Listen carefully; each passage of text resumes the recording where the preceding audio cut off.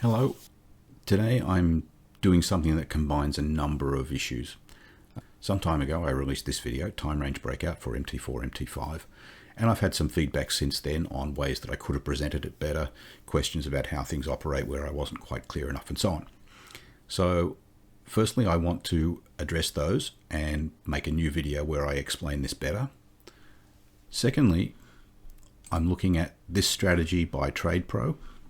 And this strategy uses a breakout strategy, and it has particular rules around that breakout strategy. So I want to write this strategy as my example of a time range breakout expert. And I'll show you how that works. So I'm combining those two things, and I'm also taking this as an opportunity to do a very step-by-step beginner level introduction to writing an expert advisor. And I'll be going through this slowly so that you can follow everything and hopefully not get lost. That means that I'm going to be making several videos in this series. If I made a single video, it would be far too long. So I'm trying to keep the videos down to a reasonable length. So we'll be writing this strategy from beginning to end as an expert advisor. I'll cover the writing of the code. I'll explain why I write some of the pieces of code the way I do. This will be for Metatrader 5, but if I come up with things that I remember to mention that are different between 4 and 5, I will mention them, but mostly the code is compatible between Metatrader 4 and 5. I will also be going through optimization of the code at the end, so I'll run this through the optimizer several times and try to see if there are better ways to run the code and better settings than the standard strategy requests. I'll be explaining something about the optimizer. I'll be talking about setting risk levels. And in the end, we'll have a fully working expert advisor. And I'll tell you now, this one actually does make a profit over a long term. So try to stay with me through all of the sessions. I will be leaving links to this strategy and to my original video here in the description to this video and in each of the videos that follows as a part of this series. So now let's go on and look at the code. I have the Metatrader 5 terminal open here, and I'm going to go into the Metatrader editor. Now, you can do that by clicking this IDE icon on the toolbar, or go to Tools, MetaQuotes Language Editor, or just by pressing F4. I generally click this link on the toolbar. So now here is the language editor. We're creating an expert today, so I'll put that under the experts folder here. I have already created a folder under there called Orchard.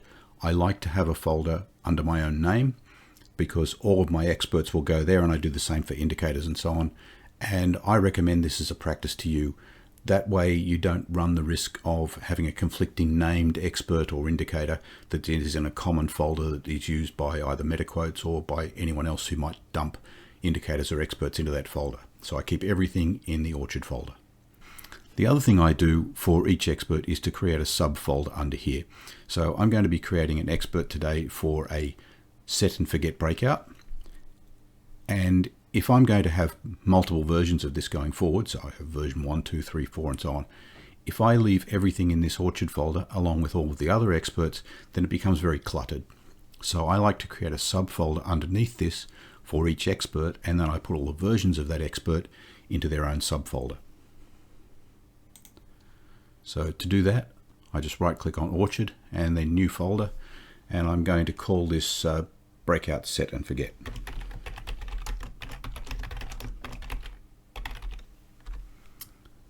So now that I have that subfolder, I'm going to create the expert. I'm going to use the wizard to create the expert initially.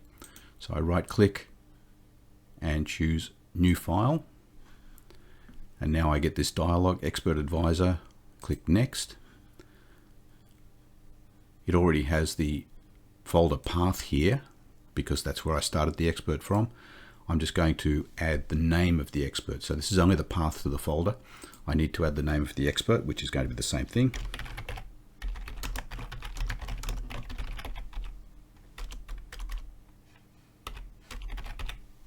Breakout Set and Forget. It has a copyright here, which it has remembered from the last time I used this wizard. So when you first start this up, if this is your very first time, it will probably have MetaQuotes there. Just fill that in with your own information. And a link which is to my website, and again this will probably have MetaQuotes here if this is the first time you've used the wizard, but just change that. Then just click Next and Finish, and there it has created the template of the expert. Now your font will probably be a little bit smaller than this. I have chosen a large font because it comes through better on the video. So your font will probably be a bit smaller. Now I'm going to make some changes to the format here because I really just don't like this format. I'll explain why I'm making the changes as I go. So first thing, I like to have these opening brackets on the same line as the function statement.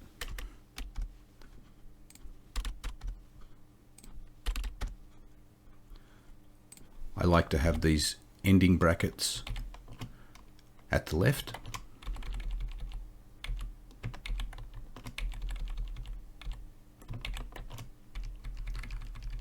I like to have a space after each function.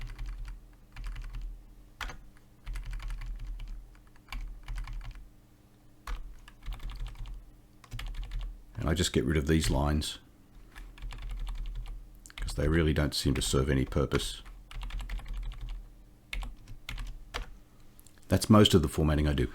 The one other thing I will do, you'll see how in this original title block, it has the comment / here, followed by the header line and the trailer line, and then all of this is right justified with these lines on the right. I'm going to put more into this block, and I find that this is annoying because if I want to maintain this style, I have to keep spacing things out to that line. And if I ever change something, so if I change this to say 2020-2023, then I have to come back here, change it. If I say, oh, I made a mistake, and then I have to space it again. So I just don't like that layout.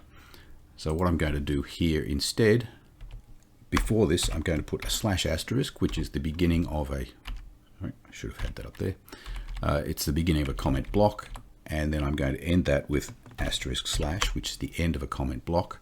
I can leave this line, I don't really mind that too much. I don't like these.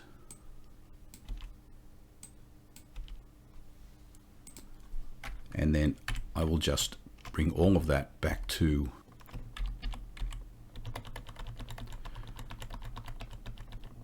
the left and indented by one tab, and then I'll just get rid of these line endings. Now that seems like a lot of stuff to do, and to be honest, it's a real nuisance. What I normally do is actually have an empty template like this, and I just copy that for each new expert advisor. But today we went through the wizard, so this is what I have. Breakout set and forget MQ5, copyright, which came through the wizard. The link to the website came through the wizard. You'll see that's also duplicated in here. Copyright and version. Now, let's explain these. These appear when you start up an expert advisor, and there is an information panel on that. In fact, this is a fully working expert advisor now. It doesn't do anything when I say working, but it will compile and I can load it onto a chart. So I'll just do that. Compile, go back to the chart. Here under expert advisors, orchard, breakout set and forget. There is the breakout set and forget that I've just created. If I drag that in, you can see here's the name, the version number, copyright, and you can see if I hover over this copyright, a link appears, and that link comes from the property link statement in the code. The other things you can see here, on init, on dinit, and on tick. Now there are more of these that can be added, but for this basic expert advisor, this will do. These are generally referred to as event handlers. They are functions, but they're called event handlers because they are called by the terminal when certain events happen. So on init is called when the expert is initialized. So when you first load it onto a chart, or if you make changes to the inputs to the expert, or if you change the symbol or the time frame on the chart, all of those things can cause the on init to be called again. So it's basically the setup for this expert advisor. On dinit is called when you terminate the expert advisor, or when you do something like change the symbol or the time frame, and it will deinitialize and then come back through the on init. On tick is called every time there is a tick event. Now a tick event could be a change in price, or a number of other things can do it, but it's basically an event in the market. And this is where most of the work of an expert advisor will happen. As I said, there are other functions. I'm not going to be looking at those in this tutorial. because these are the three main that you will need. Now, part of setting up my comment block like so is that I want to add some description about this particular expert advisor. I think it's generally a good idea to have in this header block a description of how the expert advisor works. If you come back to this in several months' time, it's good to know all in one place exactly what this expert's supposed to be doing. So I've got some notes here. This strategy actually comes from TradePro. And what I might do is I'll just copy in the link to the YouTube video.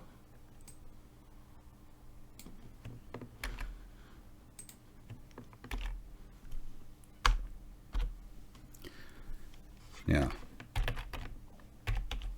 the original strategy trades on USD yen. That doesn't mean you're restricted from using other symbols, but I'll just mention it here that this is what the strategy was meant for. If you want to change some of the settings and try a different symbol, go ahead.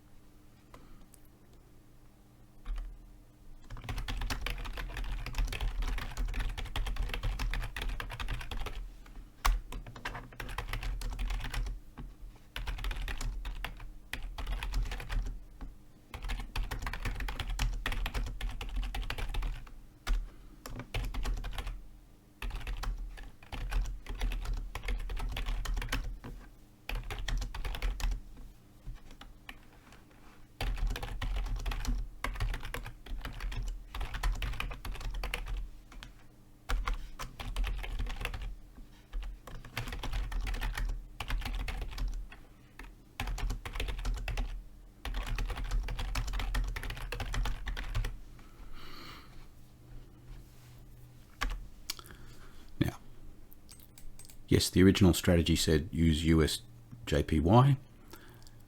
It relies on a 24-hour range which begins at 6 p.m. EST and obviously then ends at 6 p.m. EST the next day. The entries are placed 7 pips above the high for that 24-hour period and 7 pips below the low for that 24-hour period. We place 3 entries on the buy side and 3 on the sell side.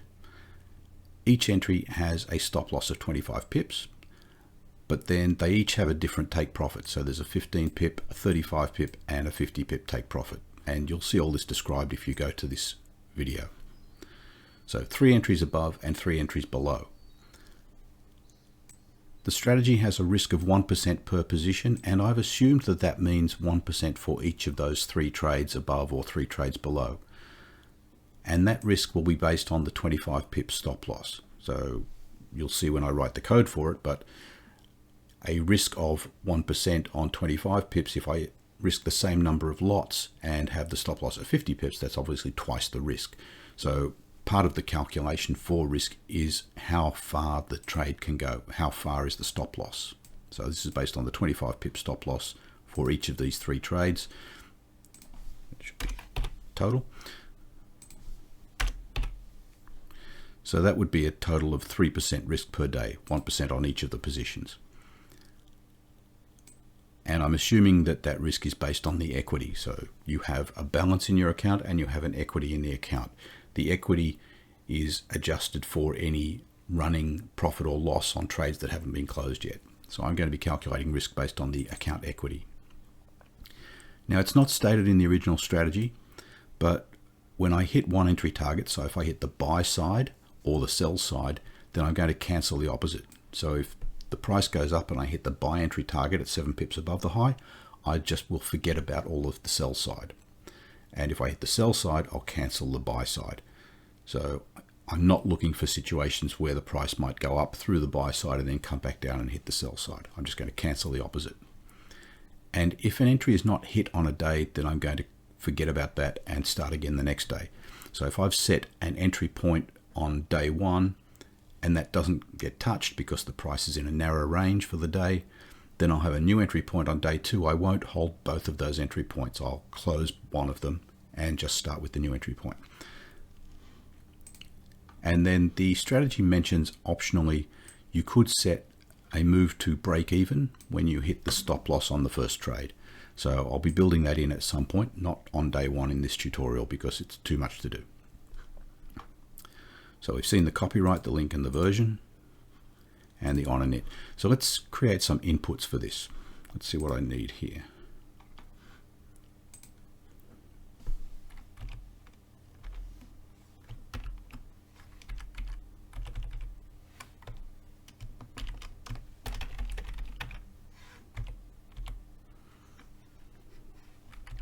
Shouldn't put that there. I'll put that after the properties.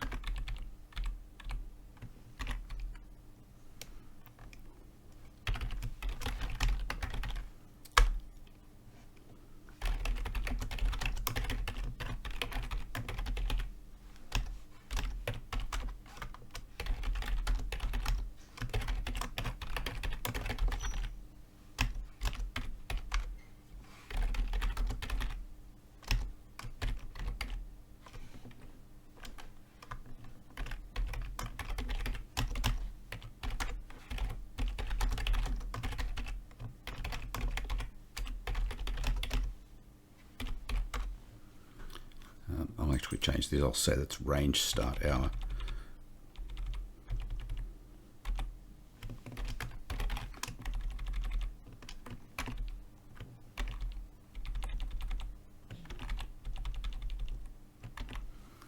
So what have I done here? The strategy, as it says here, from 6 p.m. Eastern Standard Time. Now that's 6 p.m. New York. Most brokers will adjust the server time so that midnight matches 5 p.m. New York time. And I'm using those brokers. If your broker doesn't adjust their server time to have midnight at 5 p.m. New York, then I recommend changing brokers. That is the most common thing that happens. The broker will take care of adjusting that midnight when daylight saving comes and goes. So 1 hour after midnight, according to the server, will always be 6 p.m. New York time, which is 6 p.m. EST. The inputs I have here are a range start hour, start minute, end hour, and end minute. I have another video, which I'll link, where I talk about different methods of entering start and end times for ranges. Some of the options are to enter them as a string or to enter as number of minutes and so on. I'm going to use this format in this Expert Advisor where I enter the hour and minute separately. To give you a sense, I could have said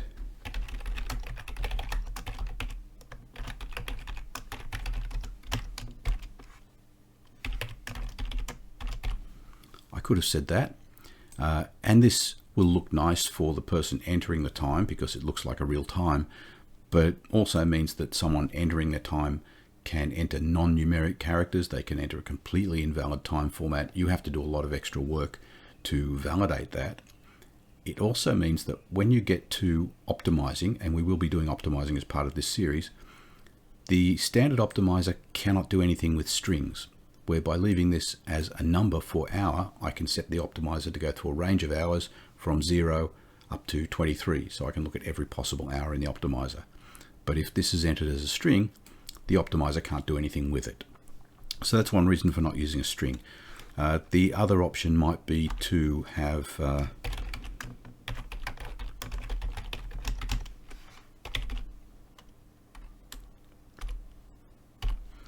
something like INP start minutes equals 60, which would be 1 hour, being 60 minutes. That can be optimized and it will work fine, but I find that for the person entering it, this can be a little more confusing. So if you had to enter the start time as minutes and your start time is, say, 17:15, quickly, how many minutes is that? So by using a separate hour and minute, you can enter 17 and 15 and the computer can work everything out for you. I'll compile. I'll just mention also quickly, I compile regularly every time I do something, because that way I know that I haven't got a mistake that I've left for ages in the code somewhere. I'll find the compiler errors very quickly. Let's go back here again. Here's my breakout set and forget. Let me drag that on.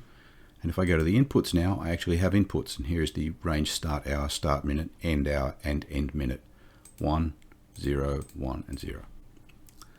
Cancel that. And I'll just show you something else. I want a more friendly prompt than INP range start hour. So I'm going to put here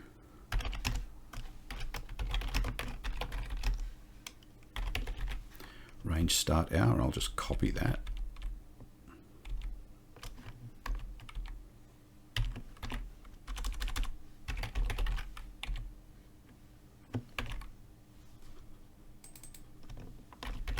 Change that.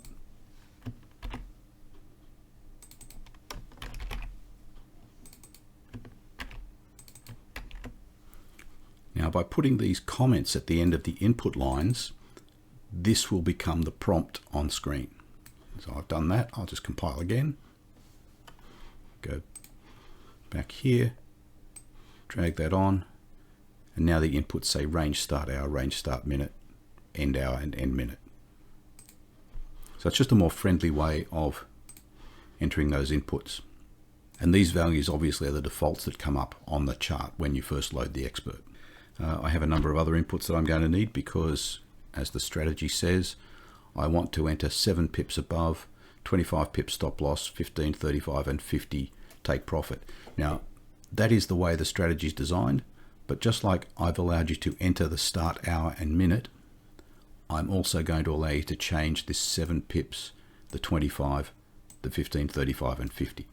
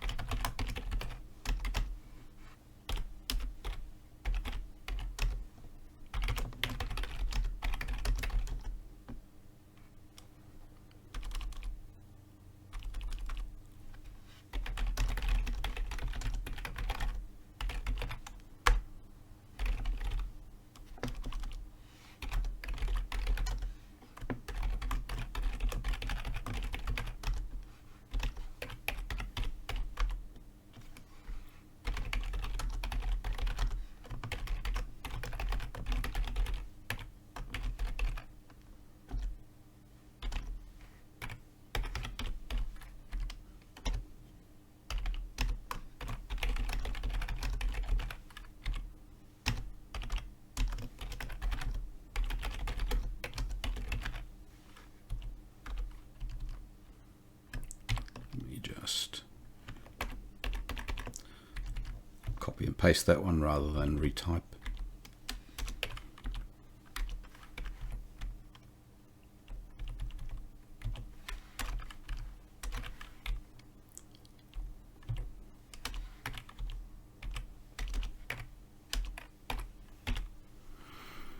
Okay, so these are my inputs for the range gaps, 7 pips outside the range, stop loss of 25.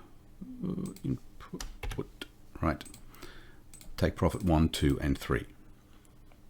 And finally, something you need for almost every expert advisor, the trades will be entered with a magic number, which is a unique number, or meant to be a unique number, that this expert advisor can use to identify the trades that it has made. And then there's a comment that you can apply to each trade. And also I want to add in this risk percentage, 1%.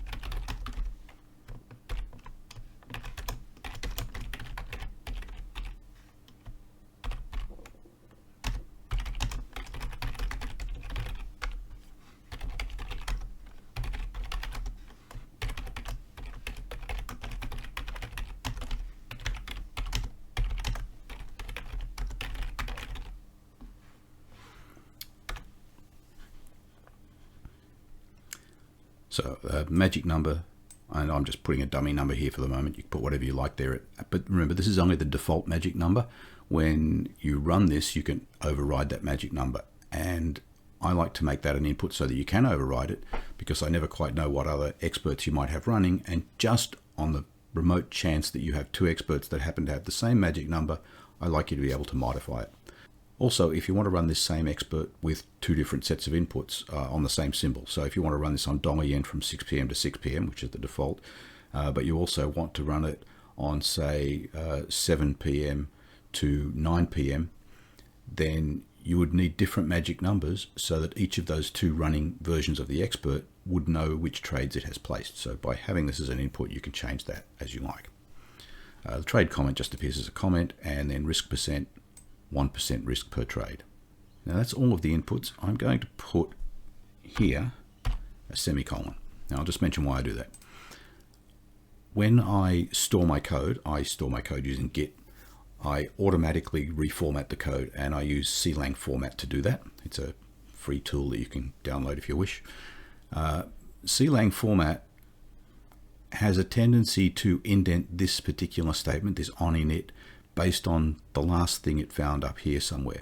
So it would indent this out to match the INP risk percent. I've found that just by putting that semicolon there, I override that, and it stays here next to the INT for the on init. It's just a formatting thing, has no impact at all on the way the code runs, and it may not be relevant to you if you don't use something like CLang format. But I mention it because sometimes people see this and ask, what does that do? I have inputs here for the range start and the range end, various other values here.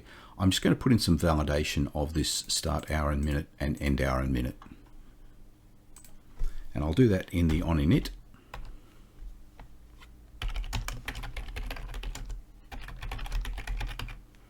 Validate the range times.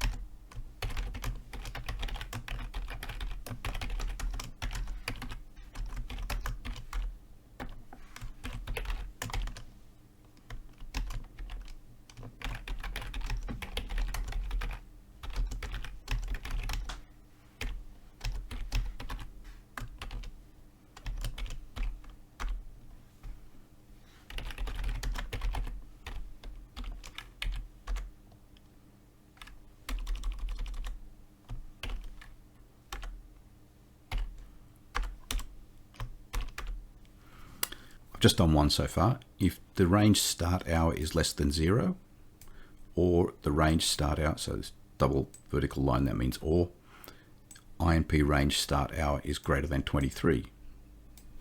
It's an integer, it must be somewhere from 0 to 23. If it's outside that range, because I can't prevent you entering a negative number or a number greater than 23, the inputs just don't have that kind of validation in them. So I must test it here, and if you've entered an invalid start hour, then I just print this message, start hour must be from 0 to 23, and I return init parameters incorrect. Now just before I fill the rest of these in, I'll compile that again. No errors. And I'll show you what that does. So if I go here, and I'm going to make my start hour 24. And here it says start hour must be from 0 to 23.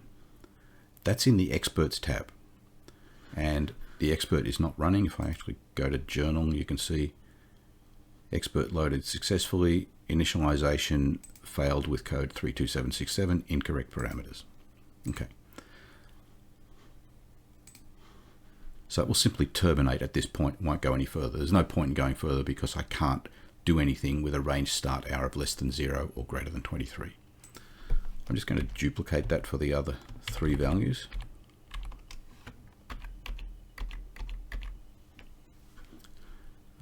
This will be end.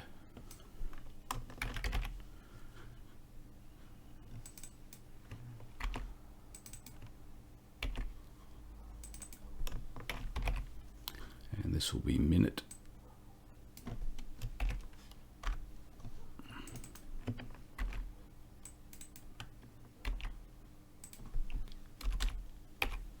59.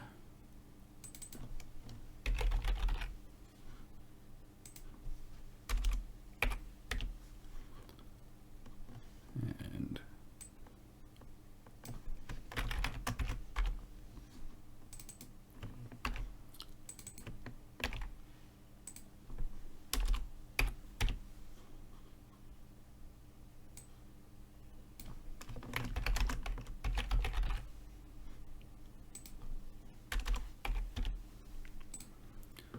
so that tests all four of those values. I've tested the start hour, the start minute, end hour, end minute for the appropriate ranges 0 to 59 or 0 to 23 for the hours.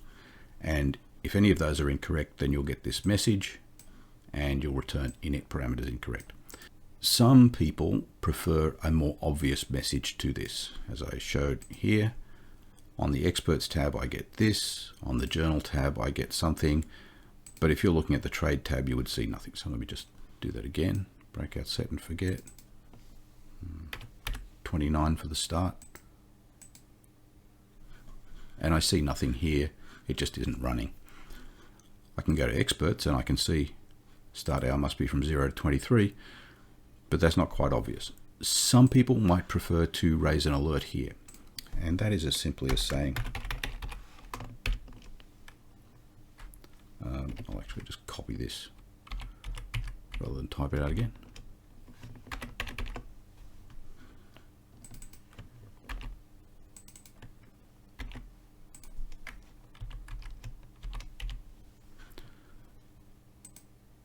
So now I have both, only on the start hour at the moment. So breakout, set and forget, start hour 29, and I now have an alert which is hard to miss. Breakout, set and forget, start hour must be from 0 to 23. Alerts also raise this message here, so you can use the alert if you prefer. Just up to you. I typically use the print statement, but an alert will do the same job for you.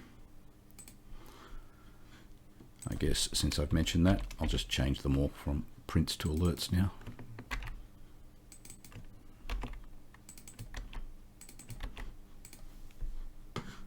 So at this stage, I have a fully working, let me just compile again to make sure, I have a fully working expert advisor. It doesn't take any trades yet, but I can enter the inputs. I will get the times validated. The video is getting a little long at this point, so I think I'll wrap up there. So this part only covers the inputs and some basics of writing code. In the next part, we'll move on. I'll actually add some more validation around these pips and show how I'm going to store those for use in the code. So this is a multi-part series, as I mentioned right up in the introduction. I hope you'll stick with it through to the end, and I'll be covering how to write the rest of the code. I'll actually be going through some optimization, showing some features of the risk levels that we're setting, and we'll actually run some demonstrations and see how this performs. So hope you join us again. If this has been useful to you, click the like button. If you want to see more videos, click subscribe and then click the bell icon to be notified when we release new videos. So thank you for watching.